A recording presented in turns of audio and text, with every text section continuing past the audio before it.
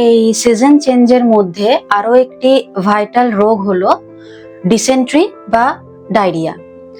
এই ডিসেন্ট্রি বা ডায়রিয়া সবার ক্ষেত্রে সমান হয় না। কারোর ক্ষেত্রে ওয়াটারি লুজ মোশন হয়, বা কারোর ক্ষেত্রে এটা মিউকাস বা যেটা আমরা সাধারণ কথায় যেটা বলে থাকি সেইভাবে লুজ মোশন হয়ে থাকে। এই ডিসেন্ট্রি বা ডায়রিয়া আটকানোর জন্য আপনাদেরকে অবশ্যই ভালোভাবে হ্যান্ড ওয়াশ দিয়ে হাত ধুতে হবে। আপনাদেরকে জল ভালোভাবে ফুটিয়ে খেতে হবে। এই রইলো আমাদের ন্যানোপ্যাথির পক্ষ থেকে ছোট্ট একটা সতর্কবার্তা। নিচে দেওয়া নাম্বারে আপনারা ফোন করে ডাক্তারের অ্যাপয়েন্টমেন্ট পেয়ে যাবেন। সবাই সুস্থ থাকবেন, ভালো থাকবেন। নমস্কার।